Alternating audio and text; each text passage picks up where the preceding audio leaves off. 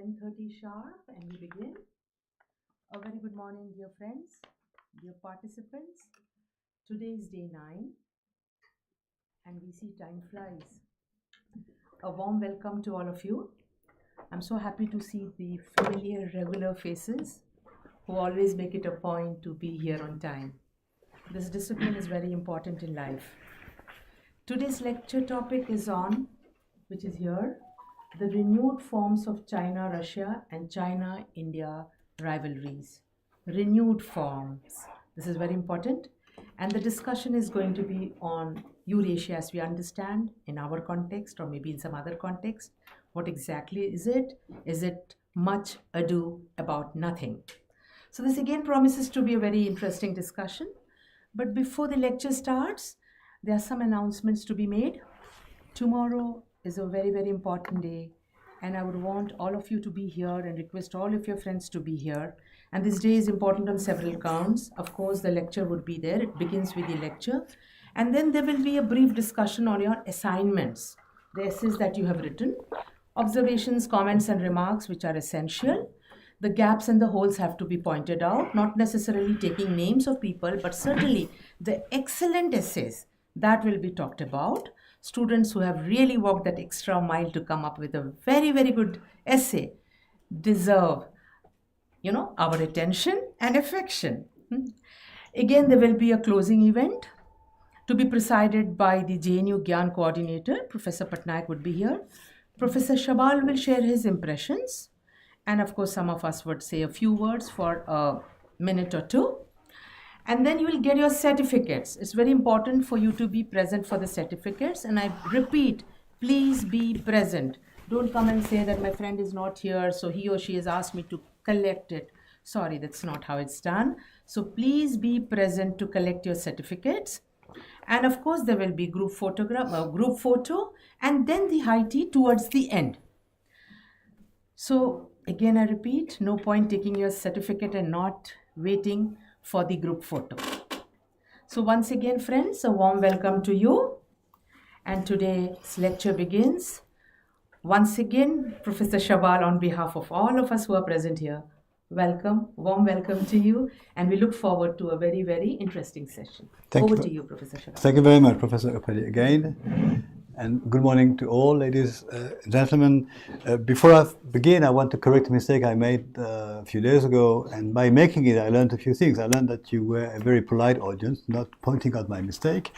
And I learned also that the way the brain works explains the mistake, not to excuse it, but just to explain it. When I mentioned Cambodia as a landlocked country, what I had in mind, I was one step ahead of myself when I meant the territory connecting Cambodia to the Short's space, which is in that case China, could only be Laos or Vietnam. Laos is a landlocked country, and Laos would make more sense because it is, in a sense, a more continental country being landlocked, and also because the liaison via Vietnam calls for a difficult historical relation between China and Vietnam. So Laos would make more sense. Since in the recent news is that both countries have been considered for a partnership. The other thing I started doing, but which I haven't completed, and we have today, and we have the next months, and you have the next years, is my. Someone moved the things. It's very nice. When I suggested that this arrow was a sort of summary of the course, I mean, this is how I begin usually teaching geopolitics, saying we're looking for the link. We're looking for the determination, if there exists a determination between space and power. And with this two words, we have enough material. If we change this to wealth, then we have geoeconomics. Of course, power, we need to look at the different factors of powers. There are many of them. The changing pattern of power factors, and so on. And then we have the material factors, and more relevant, the immaterial factors, not only in terms of geoeconomics, the financial or other type of financial economy factors. When we talk about space, then we ought to spend some time on territory. The early definition or the link between space and territory in Friedrich Ratzel's geopolitics you are familiar with. And again, we should talk about resources linked to the territories and so on. This is the first thing we do, or we teach when we teach a basic course, when we, or as we use these things subconsciously. But just, it's always... Here, maybe you would need the mic. Yeah.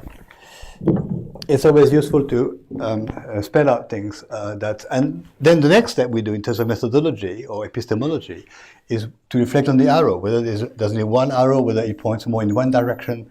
This is geographism, or the classic geographers, or not fallacy, but the preference to suggest that the space determines power, or whether it's the other way around, whether power, once it's enjoyable, serves the purpose also of expanding or conquering territory and so on. And whether there are more than one arrows in one direction or more than one arrows in the other direction.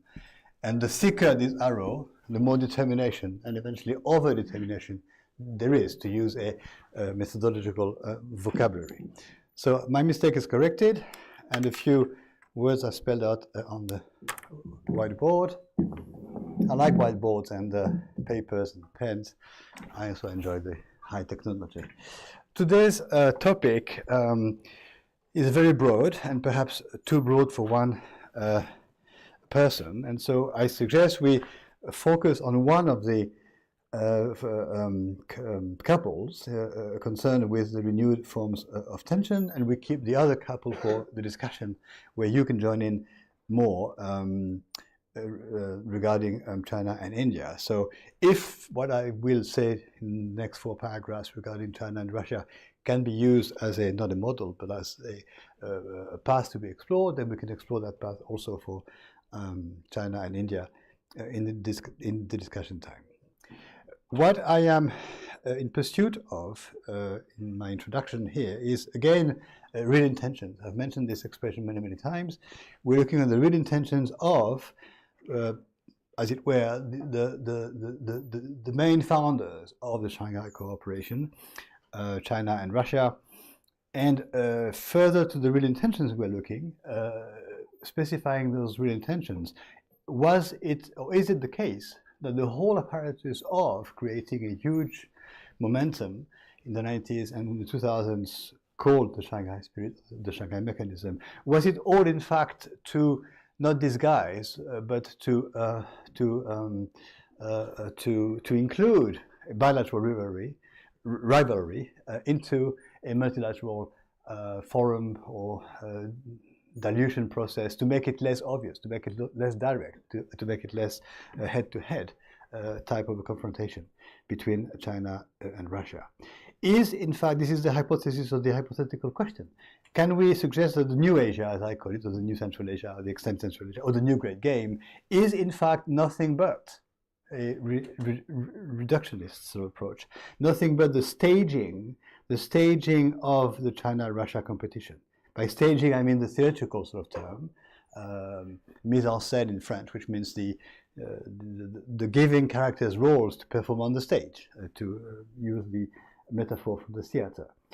Could it be the case that those two countries, in fact, or the main countries, so to speak, as we call them, are pursuing their sometimes old dating bilateral rivalry, but in a multilateral format, in a multilateral setting? This is the introductory question, hypothesis, postulate that I'm suggesting to cover, and this is of course very much a continuation of yesterday's lecture on the dose of multilateralization that there is, small dose or high dose, and so on. I propose to do this in 4 paragraphs that are on the screen. Why are they? Yes. Looking at the premise of the discussion, then what I call the style of the rivalry, what is the common dimension to both actors, and the remaining question, which will be the occasion for me to expand my reflection to the concept of an axis. And so the paragraphs further divide in 2 of them underlying the differences between the 2 countries, and 2 of them underlying the commonness or the common dimensions to the 2 countries. And of course, when I reach paragraph 4, I will give a definition of an axis, which is in red on the screen, and this will be logical coming towards the end of my 2 weeks, that I would focus on definitions which are mine and which are in my mind synthesis of my thinking, if I have thinking. So the premise of the discussion in the modern years of the past few decades is to look at the differentiated form of domination which characterizes China and Russia in the new Asia. That there is, in both cases, an attempt to be dominant or to be strong or to assume leadership is obvious, but it is a differentiated form, which means different but also related form of domination that they're looking for. Each country has a sort of natural form of domination which is usually agreed upon. We can discuss it, and they also have an implicit or a additional form of domination on which they're very much working to enhance it. The simple statements, can we go to paragraph 1? Please. The simple statement is to say, and you actually read these words in many sources: China dominates economically and Russia dominates militarily. This is to be discussed. It cannot be taken at face value. It has to be discussed. And usually the words are followed in the sources one can access by the mention of an organization. China dominates economically within the SCO, and Russia dominates militarily speaking thanks to, through the CSTO. So we have to look at these statements, understand them, discuss them, and see how they are evolving. What does it mean that China dominates economically in the SCO? I think it means, I'm not sure, but I think it means that China is definitely a founding father or mother of the SCO, and China is, in other ways, strong economically. So if a strong economic actor plays a key role in the formation of an organization which purports to be an economic development organization or economic cooperation organization, the association of China being strong, the SCO being economic, come together.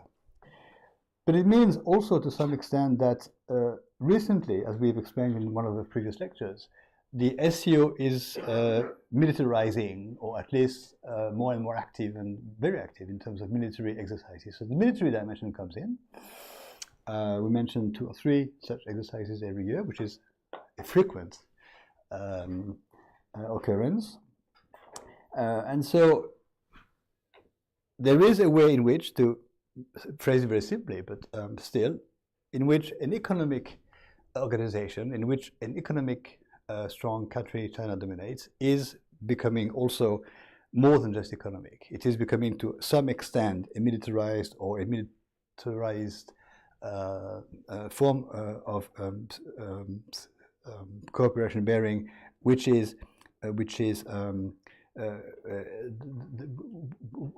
means that what we call security in the purpose of the organization, and I've read this word security in all of your essays, can also be understood sometimes as military, and I've read the word military in some of the essays.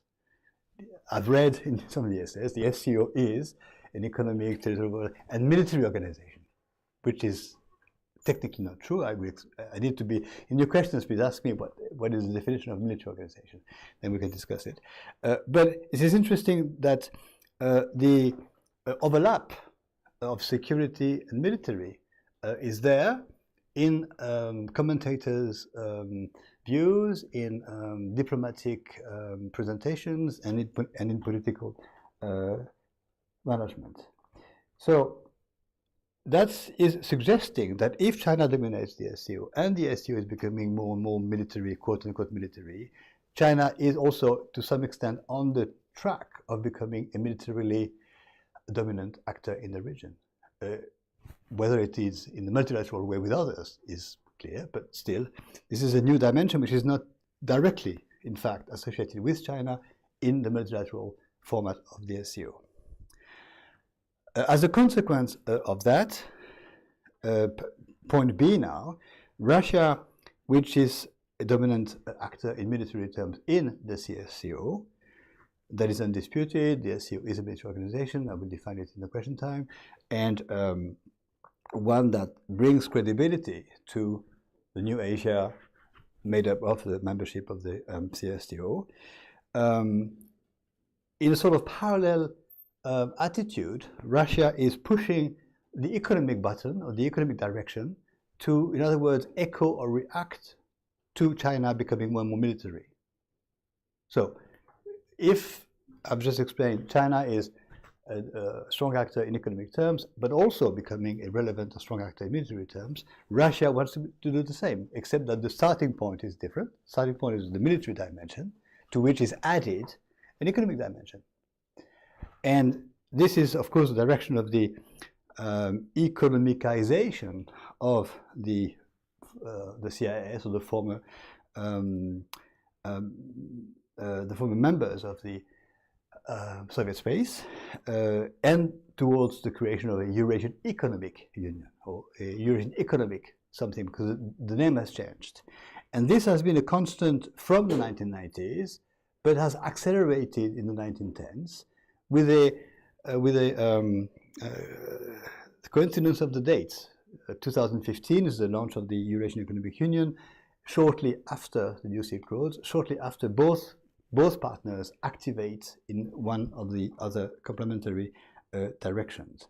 The story of the economicization of the CIS, or the post-CIS members, is one that begins with the Central Asian Cooperation Community in 1991, the Central Asian Cooperation Organization in 1998, a Central Asian Cooperation Union in 1994, and more recently a Central Asian Eurasian Economic Community, and then a Eurasian Economic Union. So there is a constant path over all the years following the Cold War, where Russia, having created the military organization, is also adding to its role, its military role, an economic role. So there is a sort of X-shaped format which characterizes the rivalry between the two countries. And to say it again in very simple terms, the more China as an economically strong actor somehow becomes also military, the more Russia as a military strong actor also becomes, as much as possible, an economic actor. There is this, to me, very clear dialectics, which can be easily illustrated by dates or facts or the names or agreements that are progressively reached. And so my contention is that the two countries are clearly pursuing their bilateral rivalry for leadership through a multilateral format, or in fact a number of multilateral formats, the Shanghai Cooperation, the Eurasian Economic Cooperation, in order to level off and be both partners and competitors at the same time in a very interesting complementary form. Now we could fine-tune this, looking at the chronologies, looking at the memberships, looking at the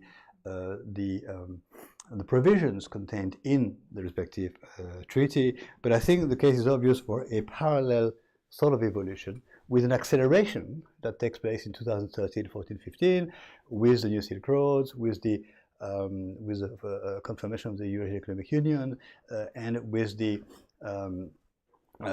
also the extension. The membership does extend of the SCO to a number of countries we've mentioned, including, of course, India, and the membership of the CSTO also extends a little bit, not much, but a little bit still. That's my premise, paragraph 1, a differentiated domination, or a differentiated but complementary, but not head to head, but sort of side to side, indirect dynamic associating the two countries. Having said that, there is a difference in the self-affirmation, a difference in style of self-affirmation. And this is interesting because the two countries come from a similar background of national or unilateral role to play, and are, for one of them, keeping a more traditional conception of the role to play, and for the other, changing its conception to a more multilateral dimension. Before I touch upon points A and B, of course, the difference is that in one case, China, we have the same actor, the same country, which continues in the changing context of the Cold War, the post-1978, the post-Cold War. So it's the same actor, the same state, the same regime, the same geopolitical actor. Yes, I repeat. On the other case, of course, we have a country which has left a status as USSR and has become a new status as Russia. This obviously changes things, but it changes things in the magnitude of the space. It changes things in the magnitude of the forces that can be mobilized. No longer 15 republics, but only one republic. However, that one republic is the largest and in many ways still the holder of the key resources of power. So in a way, Russia today is very different from the Russia-USSR of the past, and China today is very similar to the China of before the end of the Cold War. But having said that, Russia, and I'm coming to point A now, has a more classic, Russia tends to have a more classic attitude in geopolitical games, and I call it a more vertical or unilateral attitude in military and geopolitical terms.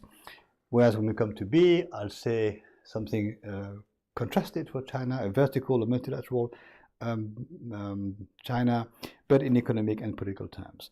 So what is common is the vertical adjective, and what is different is the unilateral and multilateral adjective. But of course, these adjectives should be put in inverted commas because they are used not at face value, but they are used in a way which is to be discussed. What do I mean by a more vertical or classic or unilateral role? Is that Russia tends to conceive of its role as a dominant one from the start, and especially within the organizations or structures that have followed the demise of the USSR.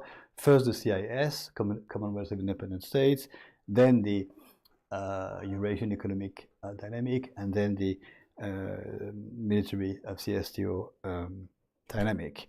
There is a way in which, for that matter, Russia, and I would venture to say also the USA within NATO, has an approach which consists of suggesting that there is a primus inter pares, sort of role and capacity.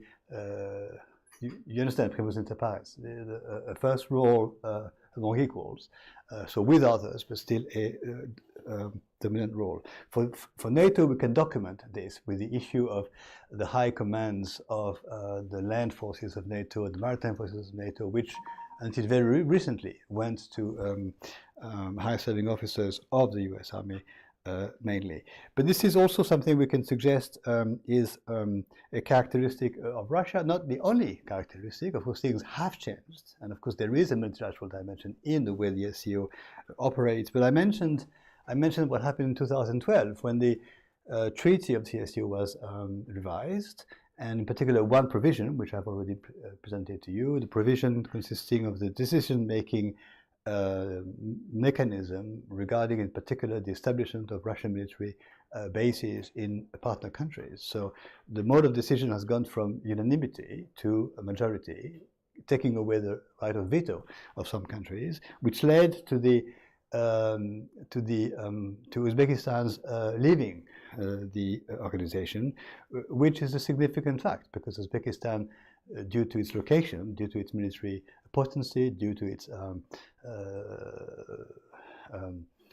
special status of part of the post-Soviet dynamic, but not contiguous to China, but closer to countries of the west part of the Central Asian zone, leaving the CSTO means something quite significant. I mean, this is equivalent to a significant army within the NATO states leaving NATO, whichever one that might be. So when I say a vertical unilateral Russia, I put commas and double inverted commas if you wish, but by contrast, I come now to point B, where the verticality is still there, but it is more in the economic and political sense, and it is also associating a multilateral dimension. There is a way in which the Chinese approach to regional issues, problems, concerns is more multilateral, at least in the discourse, at least in the approach and the presentation of togetherness or commonness. And I pick up a few words from memory, not regarding the military aspects, but regarding the New Silk Roads, when President Xi made his speech in Nazarbayev in 2013. I think he mentioned the expressions a common destiny. I think, please, I was going to say double check, but no one double checks anything when I ask you to double check. So, common destiny of China and Central Asia, which may very well be the case if we go back in history and if we go back sufficiently long in the past and sufficiently broadly in the factors of commonality. But certainly the commonality between China and the Soviet part, the Central Asian part of the Soviet Union, was not a common destiny for a number of decades in the 20th century.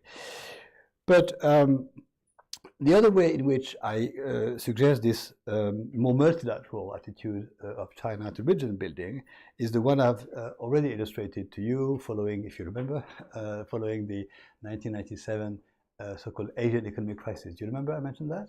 And I mentioned that the attitude of China could have been, in real geoeconomic terms, more selfish.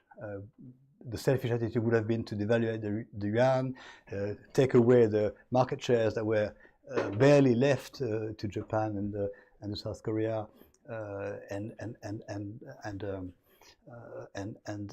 extract from the situation a clear macroeconomic international advantage for China.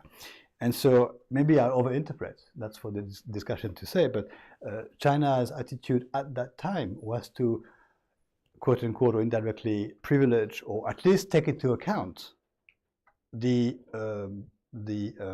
higher benefit for China to keep South Korea afloat, or to keep even Japan afloat. Was there reasons coming from history for China not being spontaneously in support of Japan, but keeping South Korea afloat, keeping Japan afloat, and for that matter also to some extent Thailand and Indonesia, to derive a very relevant resource, which is legitimacy. And what is legitimacy? In plain English, it's acceptability. You know, when I teach my students, I go through Max Weber, the legitimacy, authorities, the complex discussion, and then I say basically it's acceptability. What makes one acceptable to others? And eventually likable, and eventually lovable, but at least acceptable. And that is what, in my mind, happened in the late 1990s, 97, 98, that period, which, as I've said before, is also a context of an effervescence of creations of dynamics. ASEM, the SCO, the Shanghai Five, the extension of ASEAN to Vietnam and more countries and so on. So in that context, when I say still a vertical, but yet really a more multilateral China, we may discuss, of course, for hours the deep meanings of what I mean, but I think I'm making some sense. Managing the goals of the new Asian priorities with the neighbors, beyond managing the three evils which the SCO has identified. And we could study this more finely, if we had time, by the attitude of China in the UN Security Council, voting, opposing, abstaining from votes regarding certain issues that concern Russia. So these 2 points, paragraphs 1 and 2, cover the differences. If we want to probe into the differences between the two countries as regards the ways in which they are pursuing an old-dating focus for dominance, but differently today. There are common grounds or common elements that will be looked at in paragraphs 3 and 4. The first common ground is a sort of neo-criticism or neo-critical stance vis-à-vis the USA or the West. Ever since I arrived here last week, I've been talked and told and forced to reflect about what the word West means. So each day I'm less and less sure what the word means. But let's assume that we agree on the starting definition. We can come into the details later. Now, why did I look at the differences first in paragraphs 1 and 2 and at the commonalities now in paragraphs 3 and 4? Because it is much easier to come together for any type of actors when they have a common attitude against or vis-a-vis or in terms of the other. Otherness or alienness, this is almost epistemology, but it makes it easier to foster commonness or a so-called common denominator or a superior common denominator or a subsuming of interests in the name of an external perceived competition. Competition is a much better term than danger or threat or whatever else. So there is a commonality in the Chinese and Russian perception, attitude, reaction to the USA or the West, or the what is called in 2005 in Astana the non-regional actor or the non-regional influence. These are the technical terms. But again, we can fine-tune this idea in points A and B, looking at the bilateral dimension and the multilateral dimension of that. And I will, in the paragraph in point B, repeat some things I've said already. There is a bilateral China-US and Russian-US dimension, which is obviously clear there, but I will try, without much difficulty, as far as I'm concerned, to cover a longer period than the recent month or years, obviously. Each of these two countries, quote-unquote, opposes or reacts or positions itself vis-a-vis the USA in many, many ways. But again, we find within this point A, the bilateral way in which China and Russia interacts or perceives or reacts vis-a-vis the USA, a characteristic which is economic for China and military for Russia. Clearly, China is in an economic stance when it comes to critical perceptions or reactions to the USA. There is a classic economic, that's for my colleague to explain, a classic economic competition between China and the USA, which has become in the recent years the dominant bilateral economic great game of our times. It was suggested, if you go back in the number of years when the relations were not so tensed, that the world would be economically managed by a G2, a G2 group, meaning the two dominant economies in the world, the USA and China.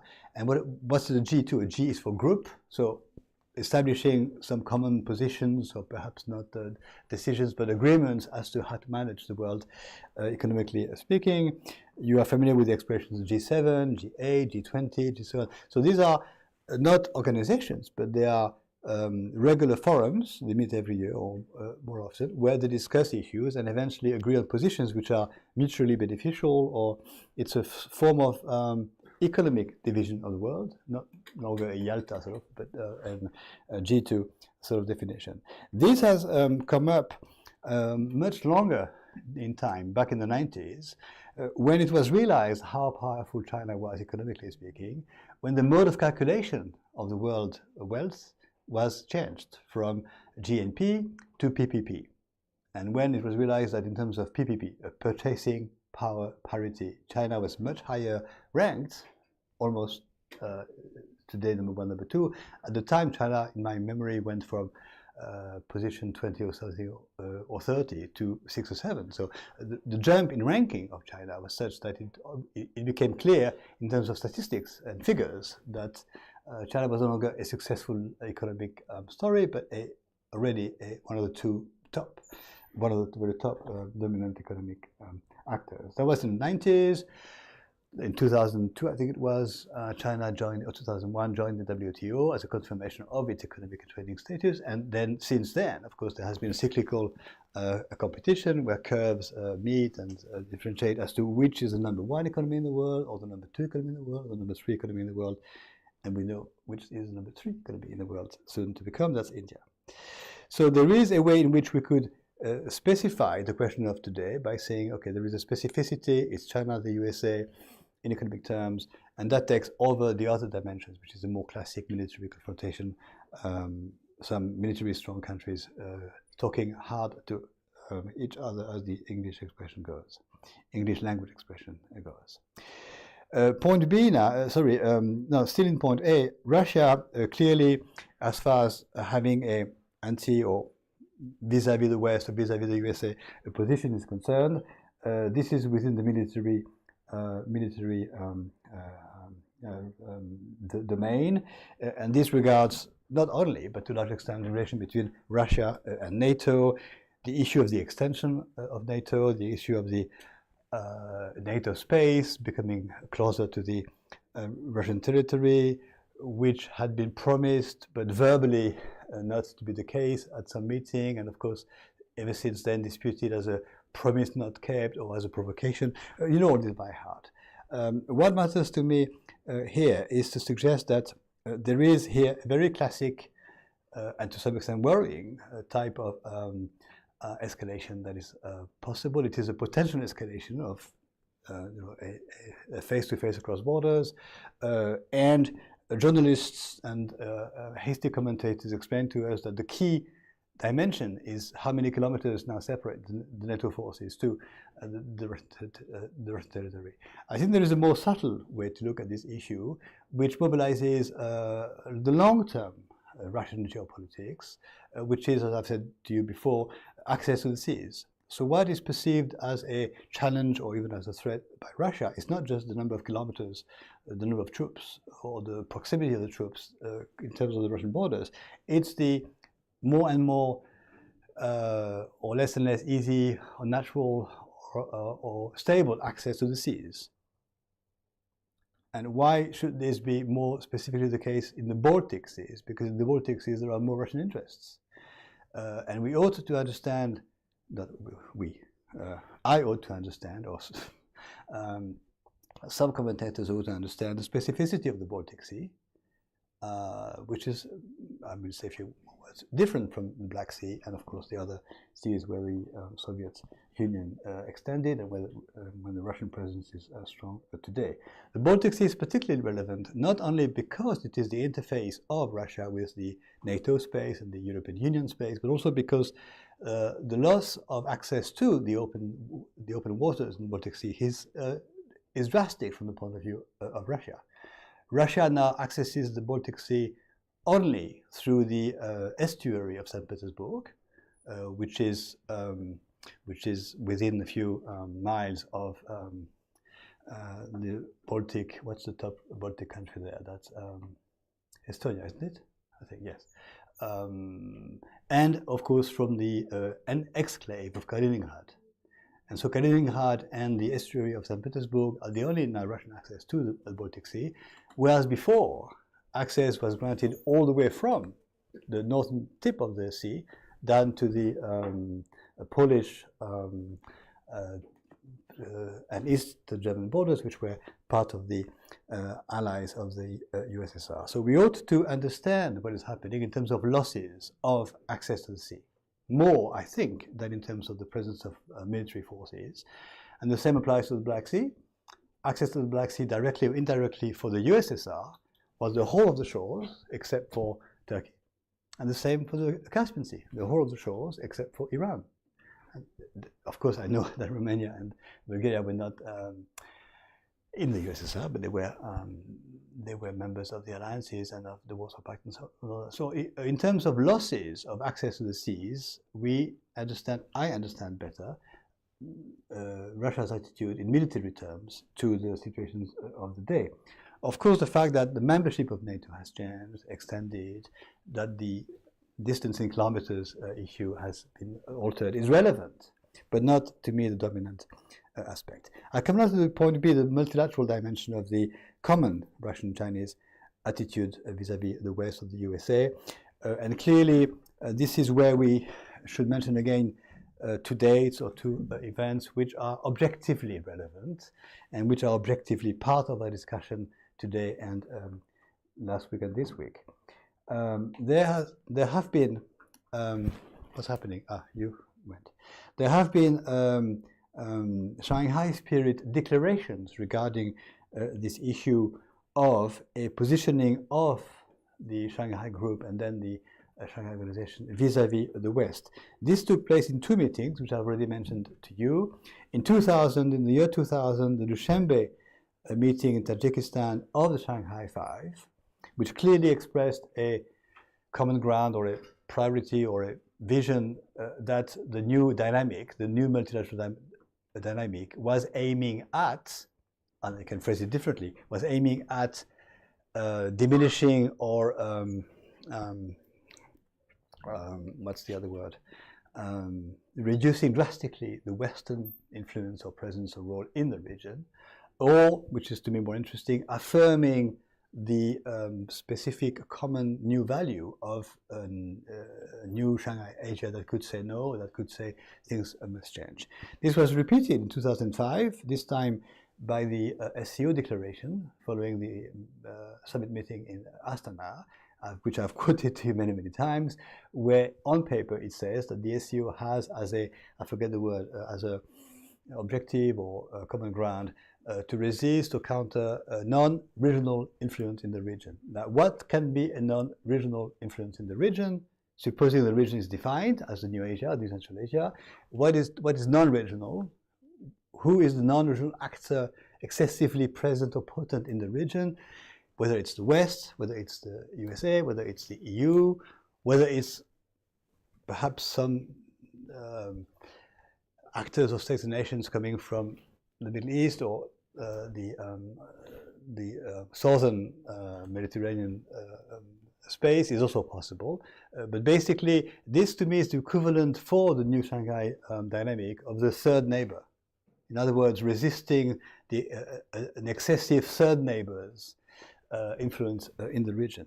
Plus, of course, the 2005 declaration mentioned the fact that that directly the US bases deployed after 2001 in certain Central Asian countries should be closed at some point with a date mentioned, and indirectly was the idea that the forces deployed in Afghanistan should also be part of a calendar of withdrawal in the years that were to follow. 2005 is 4 years after the intervention, but we know that the withdrawal did not take place before 2014, partially, and then 2017 and 2021, and there was a reinforcement of the foreign forces in Afghanistan following 2017. So these are common grounds, common attitudes, common, and I call them multilateral ground for China and Russia to, let's agree on the right word, to position themselves vis-à-vis the West and vis-à-vis the USA. To conclude on paragraph 3 and to mention one last time here, the SCO dimension, this is all contained in the SCO annual declarations, which I've mentioned to you before as being extremely interesting documents made up of 3 parts, if you remember. Do you remember? Yes. And one part is basically, I called it last week, a commentary on world affairs, which is very interesting, very legitimate for any organization to give itself the role of commentator. We, the SCO, comment on the world problems and issues. We assume the authority of being legitimate and equal to the rest of the world in commenting upon the rest of the world. But further than just the commentary, there is a suggestive management or a suggestive reactive management to the world issues. The SCO declaration of 2008 clearly suggested ways in which to avoid a next world economic crisis. The declarations following the events of 2014 in the Black Sea and again 2022 in the Black Sea justify or explain or suggest courses of action regarding certain events in the world, and to the point of where the SCO declarations also comments on the major elections, major changes in leadership in some countries in the world, and this is all of course common to member states, and in that sense the declaration should be read as co-written by all countries that I've mentioned, including the common positions of China and Russia. I come to the last paragraph, I've managed to cover one paragraph in 14 minutes each time until now. We'll see what happens, which is a little different in nature, more methodological perhaps, and pretending to be a little epistemological, and certainly not easy to teach you. Introducing a concept, which is the concept of an axis. And this is the term we should define and discuss after the tea break, please. Under the form of a simple question, is there or can there be or has there been created a Sino-Russian axis in the region we call the Shanghai dynamic space? To answer the question, I will use two didactical techniques, the one that is the comparison, point A, and then probing into the specificity of the concept for the region we are looking at. To introduce the paragraph 4 before I come to point A and B, let me just suggest to you, going from established facts to more debatable questions, what the concept of an axis is. I define it somewhere. Yes, it's defined in red. I will come to it. But the idea is that when we look at the region in the making, the microphone gets tired after 44 minutes usually. Is it a battery problem? When we look at the dynamic that leads to the construction of a region, there is this idea that the region will be reinforced or stabilized or made more coherent if two countries in that region, but I agree sometimes it can be three countries, establish a privileged relation, specifically close relation, specifically stabilizing relation. And if you go back to my definition in the other document, usually two countries which have been in history in a state of high tension and often war. So it's France and Germany in the case of Europe, following the 1963 treaty, which is still today quoted as the fundamental axis of the European construction. So much so that when Germany was unified and when there was an attempt to establish a privileged relation between either Germany and Britain or Poland and Britain, this was commented in the French press, but in some other countries, as a challenge to the indispensable Franco-German axis. I'm not saying this because I'm French, but because this is a reality. So what could the equivalent axis be in the region we are looking at? Now your computer is also tired. So an axis defined as, waiting for the power to resume, a privileged, a specifically close relation, or a privileged one, in a region between two or three actors that have either been essentially in tension or even in open war, but decide suddenly meaning quickly in the face of history, to break away from the past tension, to turn the page, to invent something new, not forgetting the past, but indirectly differently, and to build a specifically close relation, associating the neighbors, of course, in order to construct or to reinforce the regional construction of all together, and in an open way, open to membership, open to more sectors of cooperation, and open in time. The three openness or three openings that I keep repeating. So in that sense, we should now be looking for axes in other regions. And not surprisingly, we find at least hypothesis of such axes. If we go to South America and the Mercosur construction, which is an economic one, we find that Brazil, Argentina correspond to that. So the more they might agree on something, the stronger the construction, which is in a common market, construction will be. Not because they are the largest countries, not because they are the largest economies in macroeconomic terms, but because they were, in the 19th century, the two countries that oppose each other in post-independence days the most over the issue of the basins of the river, because the basins are, for Latin American geopolitics, the determinant of tensions. To the extent that Paraguay and Uruguay could be considered sort of as buffer states, separating the two, and suggesting that the Mercosur, Latin America, or that any form of cooperation should be more than two countries, and certainly more than Brazil and Argentina in particular. And if you look at the membership of Mercosur, and before that the membership of the Rio Group or the Andean Pact, you find that there are always a mix of so-called large countries and small countries.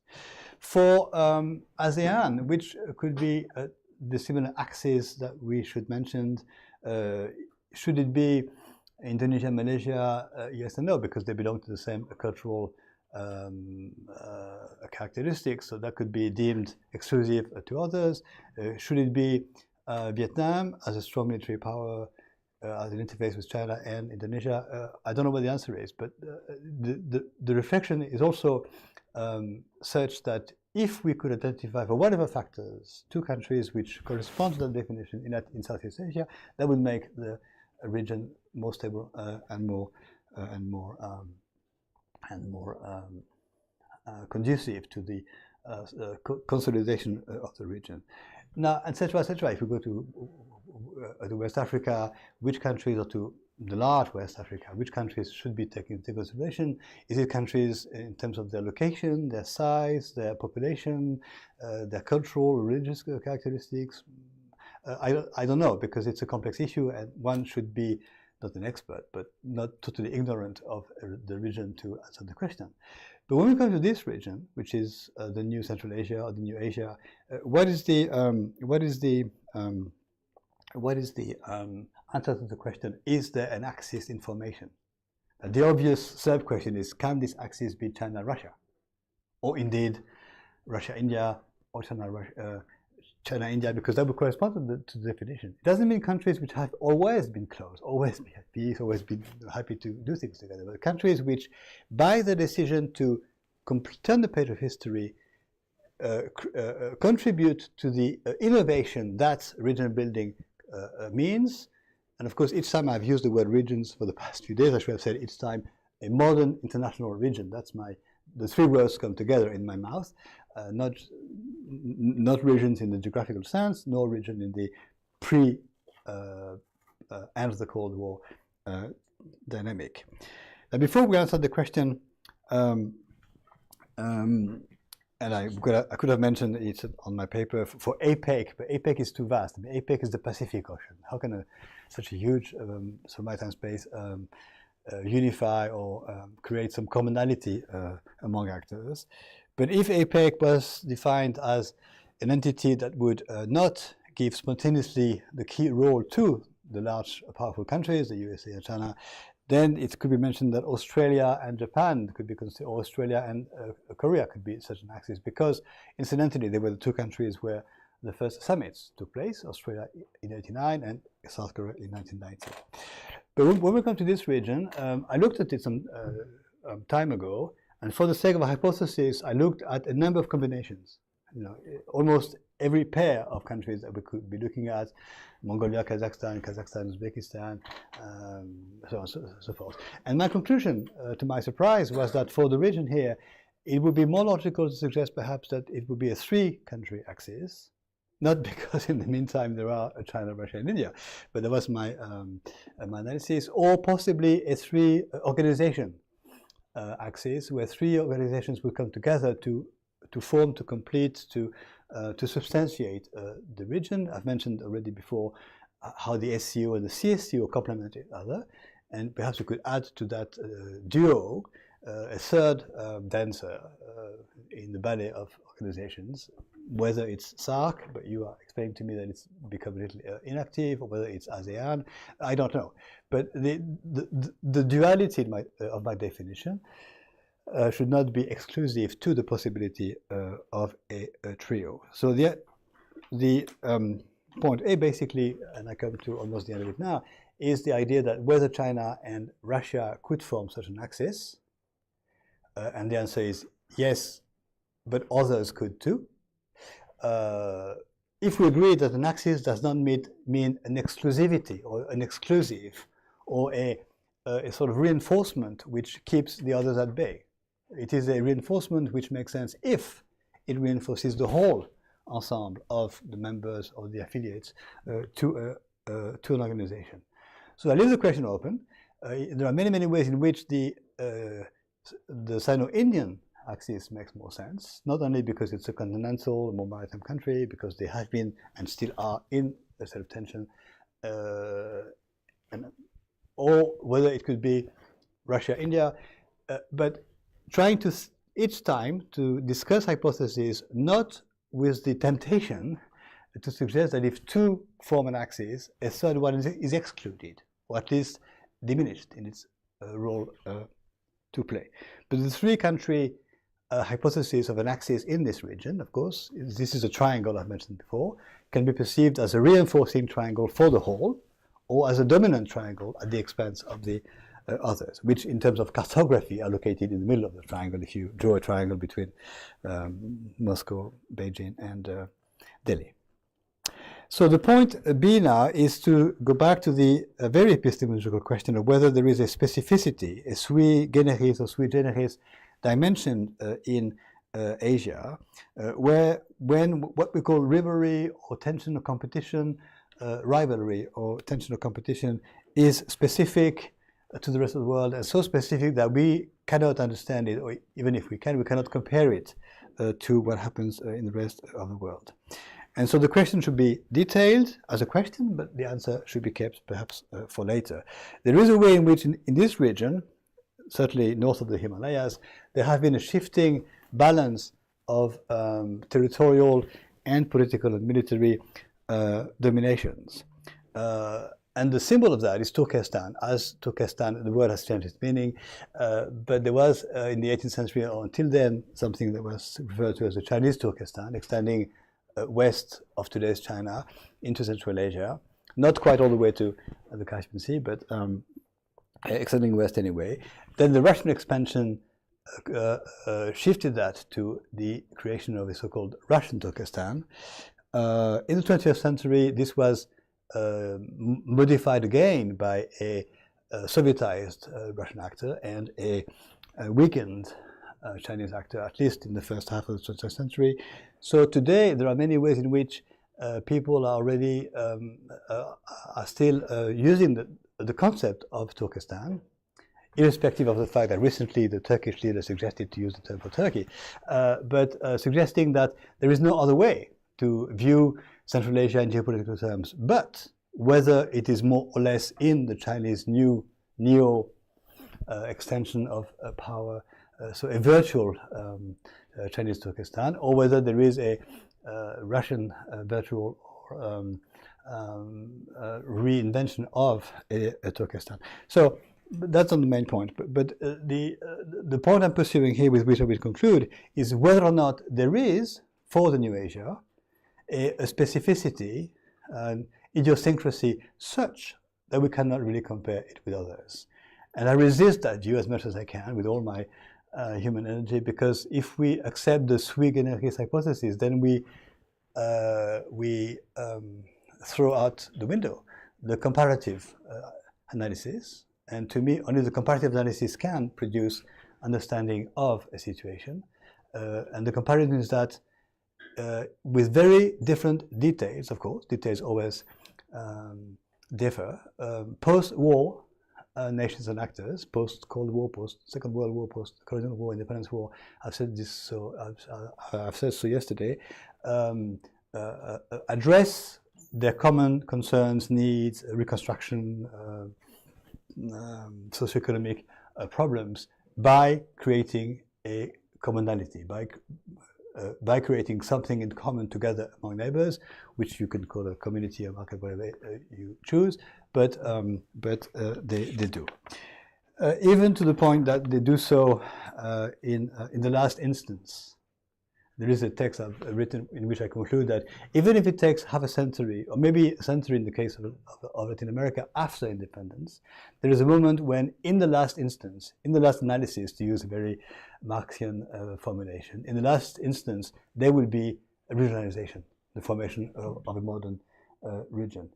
Now, to conclude the conclusion, let me make three small points. First of all, are we looking with China and Russia at a zero-sum game? My answer is no, because both benefit from the common multilateral innovation whatever it is. And point two, as a result of which the new Asia is globally strengthening, or is globally stronger in the comprehensive chain that I mentioned many times: economic, military, territorial, geopolitical terms. And point three, therefore, there is a logical need for more affiliates, for more, not allies, because I cross out the term, I should cross it out of my paper, more affiliates, whether members or observers.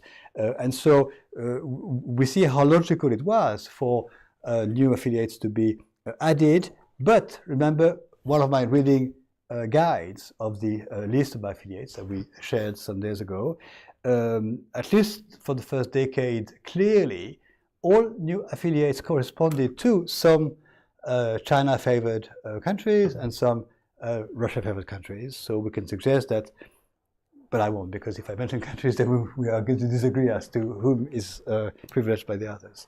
So this is my way of looking at one type of dominant rivalry.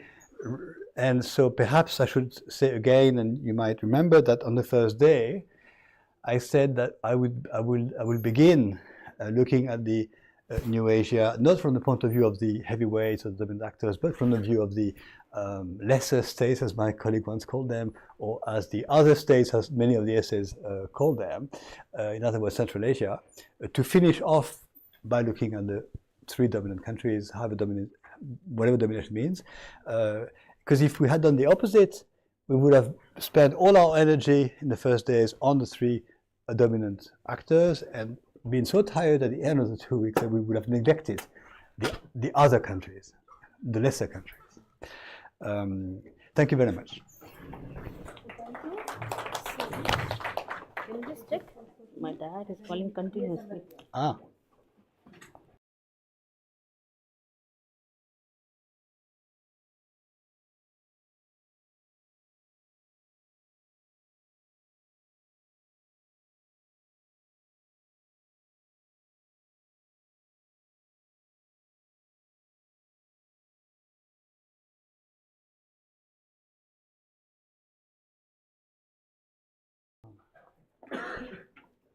I will start an additional after 2014. Good.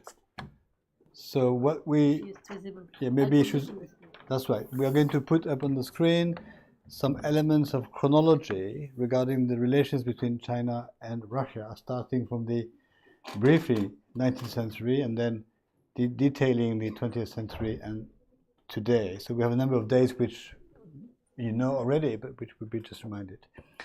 Then I will cover the topic of the tutorial and take questions. And we have the conclusion tomorrow, but in many, many ways, maybe as you felt yesterday and today, I really let out all my pedagogical emotions. So what my colleague has retrieved very competently, as always, is the and in as much as I believe in maps being absolutely indispensable, even if they're not the end of the story, I believe also in chronologies. When you can find on the internet a chronology with dates, and for each date, 3, 4, 5 lines, not more, it's a nice reading guide of history, and it's a very convenient one. And when you try to establish your own chronology, you find it very difficult to select dates, find dates, and characterize dates with a few words. So when it's done by others for you, you can compile chronologies and from existing ones, make up your own. Sometimes dates we get wrong, or names of countries we get wrong. Doesn't mean the main thrust of the analysis is invalid. So you have a first chronology which begins with the century of Western domination of China. Interestingly enough, often I ask my students, when I have Chinese students, when do they date the leveling off of China with the rest of the world, and I expect them to say 78 or 91 or 2000, and they usually say 1949. That's the beginning of the neo-powerful China, which is true in terms of the fact that the new regime has a continued history of reinforcement, but you see how things are always relative. And we have dates which I mentioned as 1950, I think March it was, or June, the Treaty of Amity between the two, by then, brothers of the same political bloc. And the 60s, as mentioned, as the severing of relations. I think it's earlier than that. I have situated it in the second half of the 50s, the moment when the two countries differ for a number of reasons, which you probably know. Three of them essentially. One is that the Soviet cooperative style consisted of sending to China advisors, experts, engineers, technicians, and so on, in numbers such that the Chinese at some point felt it was excessive by way of their liberty of decision making or management of the equipment they were receiving from the Soviet Union. The other reason was that the industrial model of the USSR did not correspond to the Chinese reality in terms of sociopolitics. Heavy industry for a country such as the USSR was logical because it's a system that requires less labor force, but light industry was a better one for China, and so the discrepancy between the two models came forth. And then there was the ambiguity of the secret nuclear clause of the treaty regarding the provision or of the technology, nuclear technology, or the transmission or the transfer of the know-how, and so that came in as a casus belli. But the main point is that the relations more or less stopped between the late 50s or the 60s, all the way until the late 80s, to the extent that there were military build-up on the side of the borders, and so your document says a number of open skirmishes among armies. And the other document, which is this one,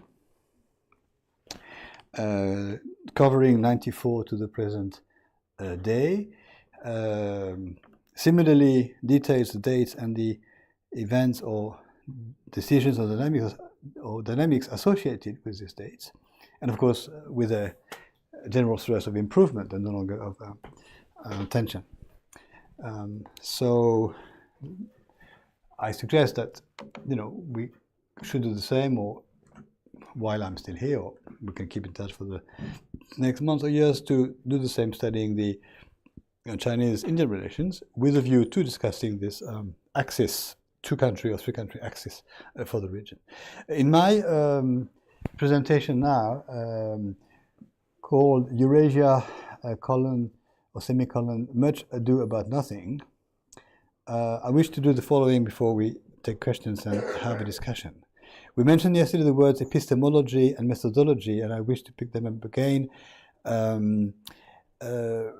with the expression, very ambitious one, of the focus on the epistemology of regions. This is in fact what I'm trying to do for some time now, work on the epistemology or understanding my own epistemology of the regions. In other words, answer the question, how do we understand regions? How do we make sense? The French expression is to make sense or extract the meaning of regions beyond the definition of what they are.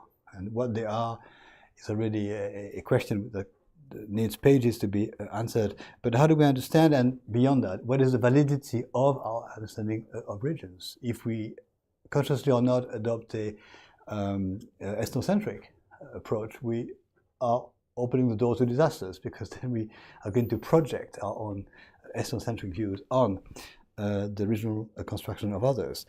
One example of this is the very scientific, learned articles written by very famous people who suggest that and I quote but from memory, the integration of Asia is lagging behind that of Europe, which is a nonsensical phrase for two reasons. There is no comparison as such between two forms of integration, and lagging behind is almost a valid judgment. So anyway, to what extent have Asians innovated with cooperation is my question. In terms of methodology, I suggest that we go back sometimes to the basics of the methodology of geopolitics, even the space and time dimension, but trying to improve on the space and time dimension. Space means the material sometimes geomorphological even, or geostrategic or geological givens of a particular space. And even such givens as the size, the climate, the population, the fertility, the rivers, the mountains, the glaciers and the lakes, all this is highly relevant to understanding some of the power factors of a state. So we should not be afraid or lazy going back to such such factors. The time dimension, I suggest to rephrase or rename for what it is. It is a dimension that has to do with the memorial or memorial characteristic of the human mind. Events accumulate. There is a memory of what happened in the past. There is something which is either the desire of retaliation or the leveling off of history. And so the past matters in that sense, not because it's a long past, because it contains elements of determination. And the time dimension I mentioned in my first lecture, I think. So I'm perfectly happy to deal with the time and space dimension, however boringly classic the words are, but we have to differentiate them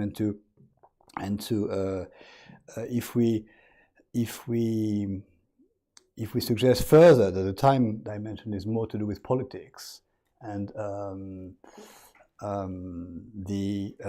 sometimes ideology is involved in geopolitical conduct, and the space dimension has more to do with geography, we go back to the political and geographical dimensions of geopolitics. The topic is Eurasia, much ado about nothing, and so this is provocative wording, of course, suggesting that we are discussing in a way which is less appropriate if we try to focus on the present and make sense of the present and sometimes of the immediate present, as if it was sufficient to understand the full broad perspective. I think what we ought to do is not the opposite, but a much more broader thing, which is to understand underlying constants or underlying forces or underlying dimensions which to some extent repeat themselves. History is the repetition of itself. You know the phrase, the first time as a tragedy and the second time as a farce. But there is a time dimension in that sense, and many historians have worked on what they call the underlying constants or the underlying forces. The French School of History with people like Renouvin or Durocel, or even I got them in my memory.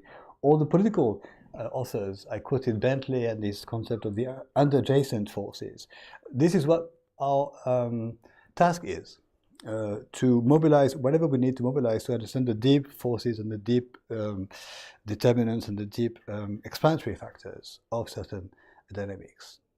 And these can be shortish, not short term, but recent term factors, or de facto long-term ones. I claim that there are always long-term factors which should come into consideration. So, for example, just to give you a very brief example, Brexit. Brexit is not a surprise. Brexit is not a sudden, unexpectable thing, due to the fact that the English history vis-à-vis Europe for centuries has been specific and not spontaneously joining in the European theatre or the continental theatre. So this element of a specificity which is century old suggests that yes, there was a European phase of British history, which is 72 to 2019, I think it was, which will now be viewed by historians as a parenthesis, a very important one, so on. But Brexit is not a surprise in that sense. It is a surprise if we focus on the last 20, 30 years, but not a surprise if we zoom back in terms of time. And we can take a large number of examples. So which such deep forces, which such deep constants should we suggest exist? I have selected three. and this is what we're going to be discussing, I hope, just in a few minutes. One is Eurasianism, the other one is leveling off to the west, or of the west, and the other is overtaking factors of world power. I think I mentioned many times Eurasianism. We don't agree on the definition. I had a talk in the car today still on this concept with my colleague, and I suggested that we should agree on the fact that Eurasianism we should not approach in terms of a list of countries, not even in terms of space. Where does Europe begin, where does Asia begin, and so on.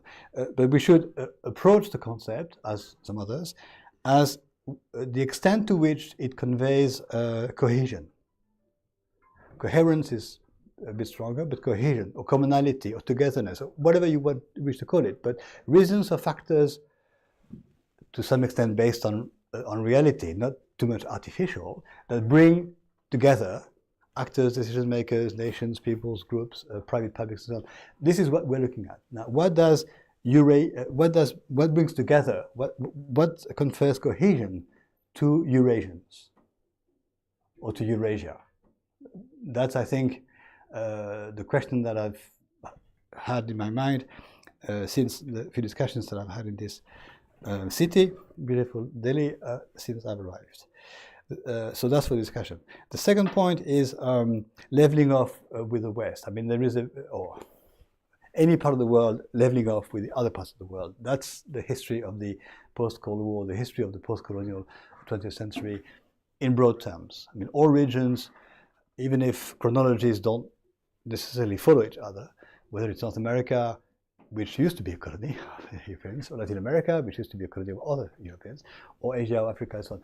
This is a story of the history of the past century, if you wish, to find a common middle duration, where leveling off vis-à-vis others is taking place, and this leveling off is a determinant, or a wish, a desire,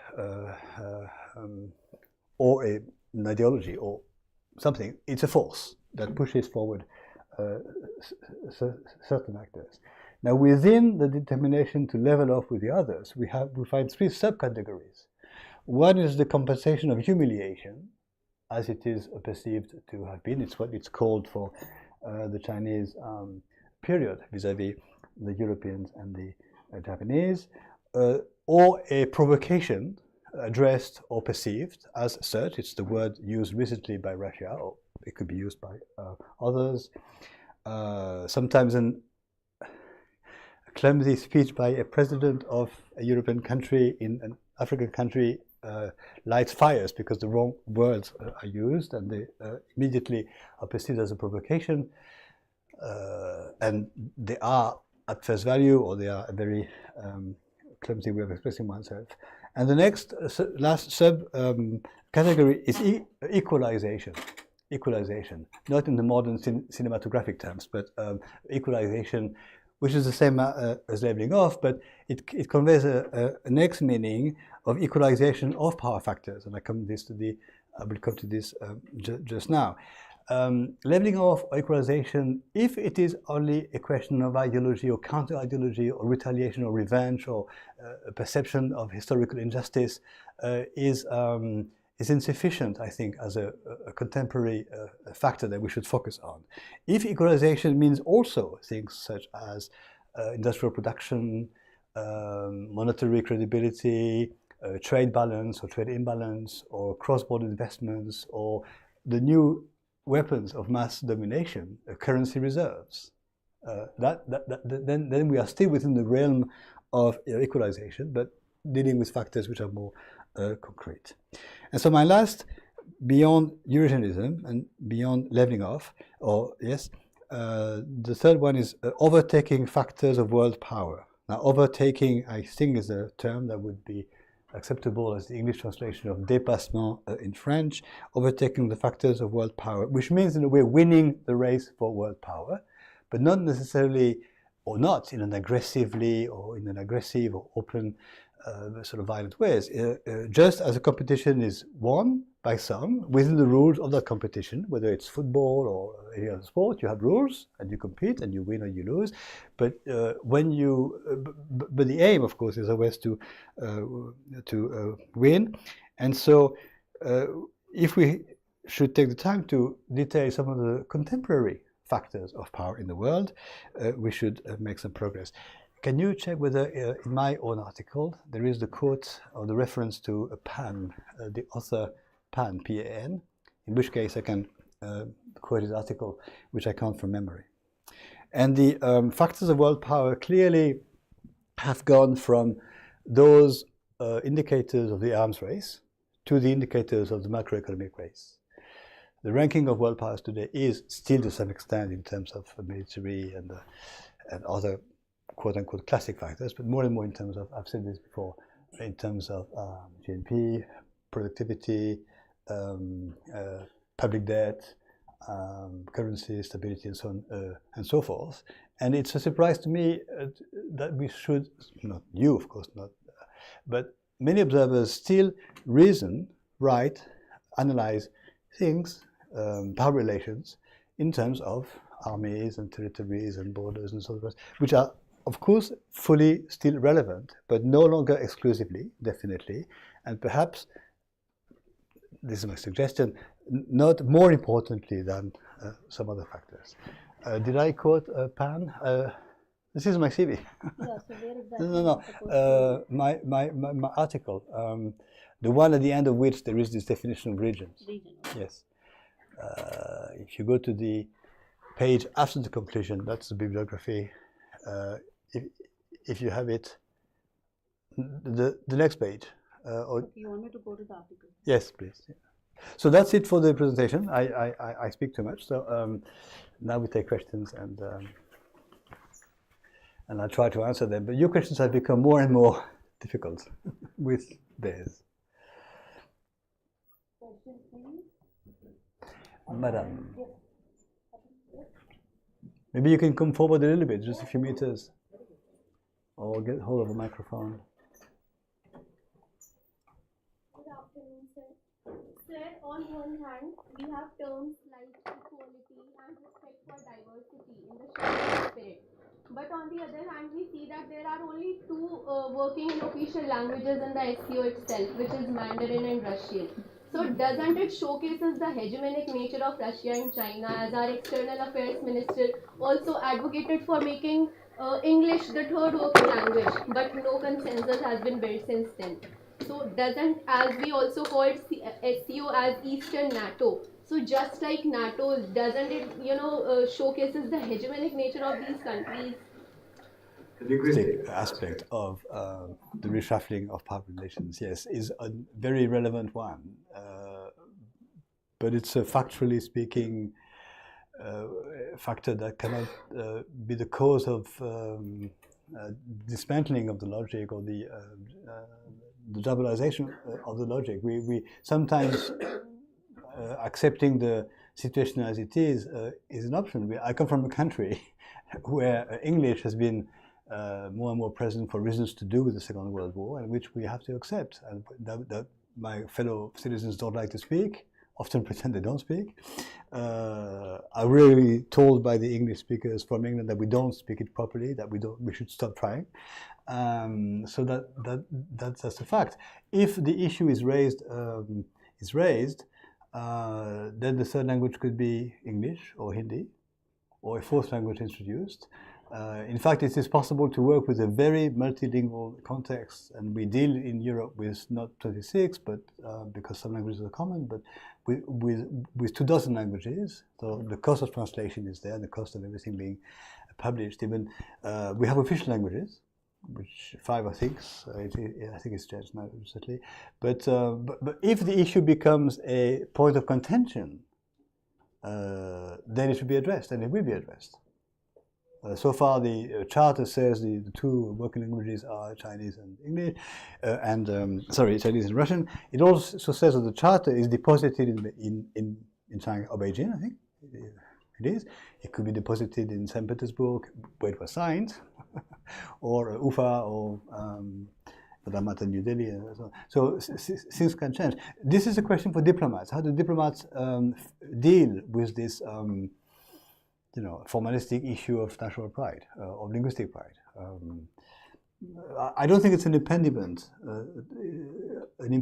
to the cohesion or the progress being reached. So the linguistic question is one question, and the other one was what? So that is the only question I have asked. That doesn't it showcases the hegemonic nature of China? Because I think China is the one who is not ready to accept English as the third working language.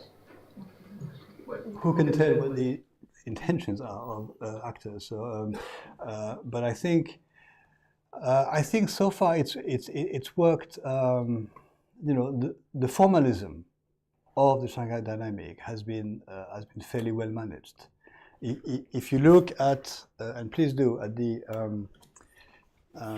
location of the summits, for example, the head of states of summits and the prime ministers of summits, it's on a rotating basis. Locations have changed, and often it's not the capital city. You've had, of course, Moscow, but St. Petersburg as well. The charter was signed there. It's not a coincidence. I mean, the choice of a location is not haphazard. It's carefully thought out. It's carefully discussed. Other meetings have taken place in Ekaterinburg and in Ufa and so on. In China, it's been Beijing and Shanghai and Qingdao and a number of the locations. And I'm sure for the newcomers, India, Pakistan, Iran, and Belarus, it will be the capital city and also other cities. That makes sense. And so my phrase in one of my articles is to suggest that the choice of the location is itself to be related to the nature of the construction, which is the equalization of the partners. It's been so newcomers jeopardize to some extent the rotation, because when so many countries, it goes from one to the next. So if it's 10 countries, each country will have it every 10 years. Whether it's an alphabetical order in Mandarin or alphabetical order in Russian is the next question. But by and large, this has been fairly equalized. But looking at the lists, which my colleagues very kindly retrieved, unless I'm mistaken, the summits have not yet taken place in Iran. Am I wrong or am I right there? I think I'm right. Nor, of course, have they taken place in Belarus. So symbolically speaking, is my last point, we have to wait until a summit has taken place in the member state to suggest that member state is fully as a newcomer part of the apparatus. But these are symbolic points. They are points of national pride or sensitivity. Diplomats can also use the location as a signal of something. It is sometimes suggested that if the meeting takes place not in the capital city, but in a small provincial city, it's downgrading the relevance of the meeting. But I don't think these factors are prominent in our analysis, because we're not diplomats. We're not politicians. We are academics. What matters much more is whether the summits take place or not, whether they take place online or in real presence, whether they rotate, alternate well, whether the new members are fully and quickly the hosts of the summits, and so on and so forth. But it's, just to tease you, I would suggest that if a third language was adopted, it could be Hindi. So is this a pan epistemology? Yes. No, the Pan as the author. So is a Mr. Pan in the bibliography or not in this article? The one with this aspect of the region, right? Yes. After this bibliography? Yes. Okay. Do you have Pan? Sorry, yeah. P. Too much. Yeah, Pan. There it is. Rethinking Yeah. Chinese, Can you enlarge the size of the fonts? Yes.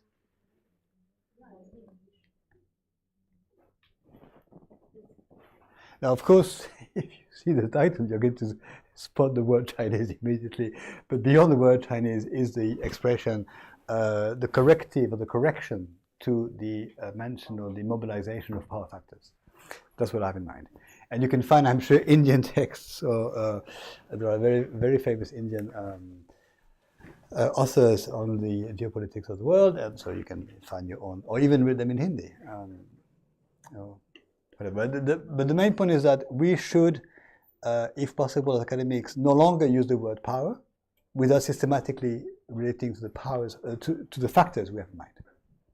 Linguistic factor for this young lady, or any other factor. Yeah. Next question. Yeah, please. During your presentation, you have mentioned some common elements. Okay, and one of that was like a new criticism of the USA is common denominator. Okay, so you can go back to your, this thing. So my point is that, like you have used or you have, placed USA as a common denominator. So where does Europe stands? Well, I said vis-à-vis the USA or the West in my presentation. I was very careful. The main point, my first answer is to stress the fact that the main point that we're looking at is the duality of internal factors of cohesion and external factors of cohesion. It is always easier to agree. You and I, for example, could agree, we don't like this person. But we do like you, but still. Or we could argue, it's more difficult for us to agree in abstracto. So similarly, it's always easier for countries forming an alliance, forming a new form of grouping, to find elements of commonality among themselves. It's easier. So I resist the factors of commonality addressed towards others, or targeted at others, or versus others. The world is so much full of expressions, even in academia, of something versus something else, which is relevant but simplistic, because there are many more and richer analyses trying not to look at the antagonism, but looking at the constructive, open-ended in time ways and reasons why collaboration should be happening. So there are, of course, but anti-something feelings and perceptions and attitudes and policies and even decisions taken in that region vis-à-vis the other region. If you wish to shift to that vocabulary, we have wars, we have trade wars, we have customs wars, we have tariffs wars happening constantly. We have every 4 or 5 years a customs war with the USA, and so they levy extra taxes on French cheese and wine, and we levy extra taxes on ketchup and whatever.